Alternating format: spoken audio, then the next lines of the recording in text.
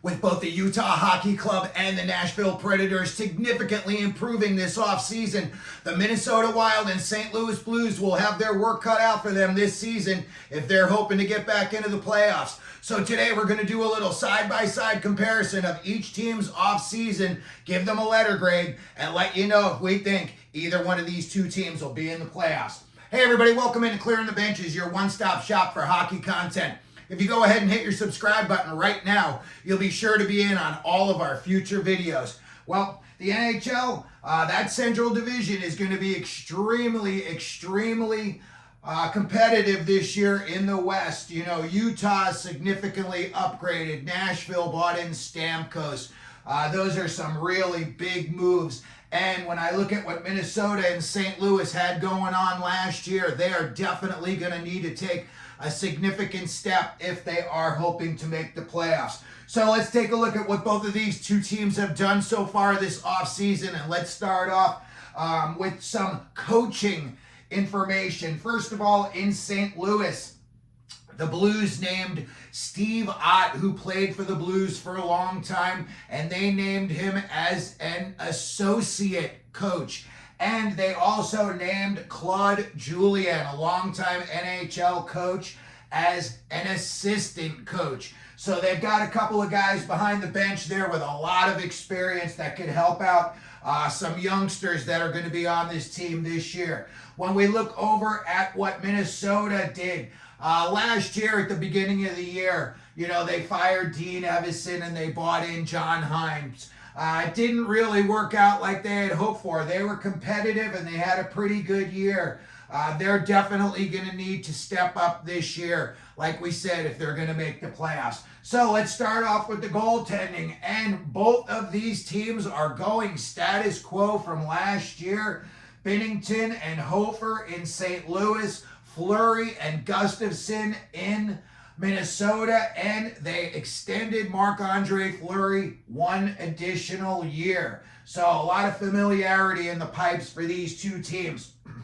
When we look at what happened on the defense, and St. Louis, they signed Ryan Suter, one-time Minnesota Wild player, and they signed him to a minimum 1 year, $775,000 deal.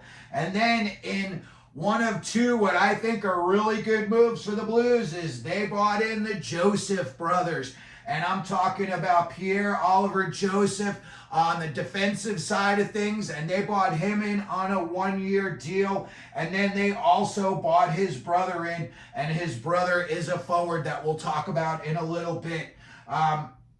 The Blues also signed Scott Perunovich to a 1 year deal. And at the time that we're shooting this video, Marco Scandella is a UFA. I'm not sure if they're bringing him back. I think he's around 36 years old.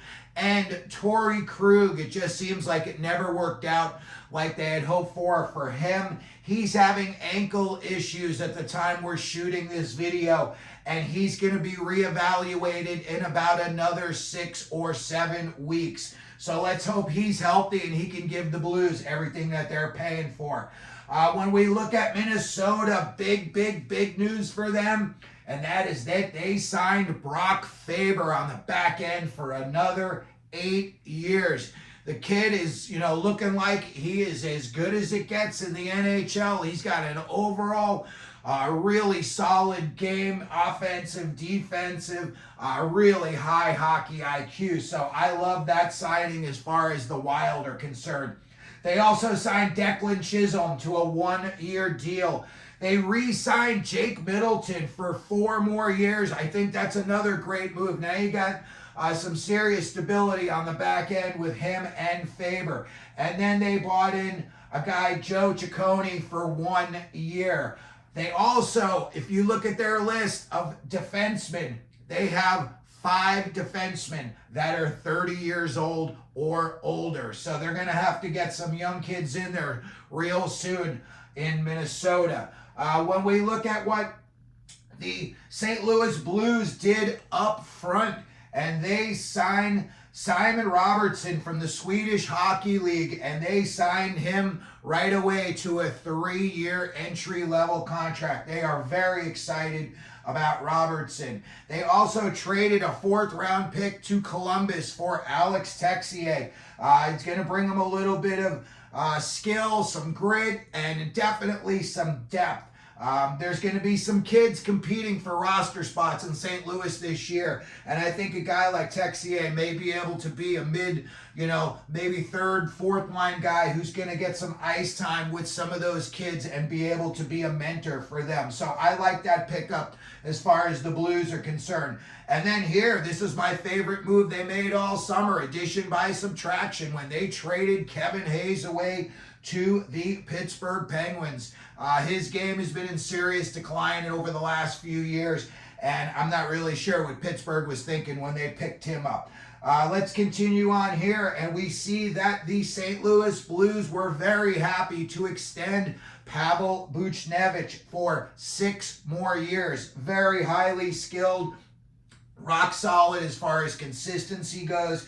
You never really see him have spiked or valleyed numbers. So a really good signing as far as the Blues are concerned, bringing Buchnevich back into the fold. And another great trade, I think, is when they traded for Radek Faksa of the Dallas Stars, another kid that's going to really be able to show some of these younger guys how to play a sandpaper and grit game. So I think that is a very, very good pickup for the St. Louis Blues. They signed Kasperi Kapanen to a 1-year deal. And then they also traded for the other Joseph brother, Matthew Joseph. And I think these are 2 kids that are going to see a lot of ice for the Blues. And I think it's just going to be a great story to keep an eye on all year long. The St. Louis Blues had 7 players who became free agents. So we'll have to keep an eye on if any of those guys come back, maybe later in the summer before the season starts, or if they get signed elsewhere. And the Blues were also very busy. They signed 5 players to 2-way deals, AHL, NHL. So that's going to provide some serious depth for them. And again, they're going to be bringing some of these kids in. You're going to see some youth playing on the Blues this year, and I think some of these kids are going to really make an impact right away. When we look at what Minnesota did up front, they traded for Graham Clark and then immediately signed him to a 1-year, 2-way deal. So we'll see if he gets any ice time with the Wild this year. And they re-signed Sammy Walker. Same thing, a 1-year, 2-way deal for Walker. They signed Yakov Trenin from Nashville. He is definitely going to bring them some size and grit. A guy like him is just so invaluable, and they signed him for 4 years, so that tells you they like what they saw down in Nashville with him. And then they also signed Travis Boyd, who's been with the Arizona Coyotes. One thing I'll say about Boyd is he's kind of like the invisible man, to be honest with you. When you see his stats, you don't really see him or notice him so much on the ice, but somehow he's been pretty productive. He's a 4th liner for sure, but the guy is, he's able to score and he's able to put up a few points. So as far as a depth move, going for a team like Arizona and going over to a Central Division rival, I think that's a very, very good signing for both Boyd and for the Minnesota Wild. And they traded Vinny Lettieri to the Boston Bruins, and they bought in Jacob Lauko. I think that's a good move as well. You already know what you're going to get out of Lettieri in his career, and now you get a chance to see if Lauko can progress as well. And then finally, they signed Dmitry Ovechnikov, and they signed him to a 1-year deal. So when we look at what St. Louis did, we're going to give them an overall grade of a B-. And that's because I think bringing in Ryan Suter, the Joseph brothers, Texier, and Faksa are really good additions. There's going to be a lot of youth on this team.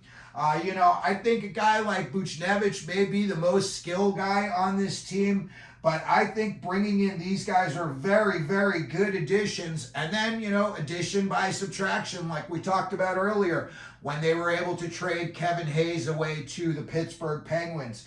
When it comes down to it at the end of the season, I think they are going to be in competition for a wild card spot, most likely the second wild card spot. But overall, we're going to give them a grade of B- for their offseason efforts.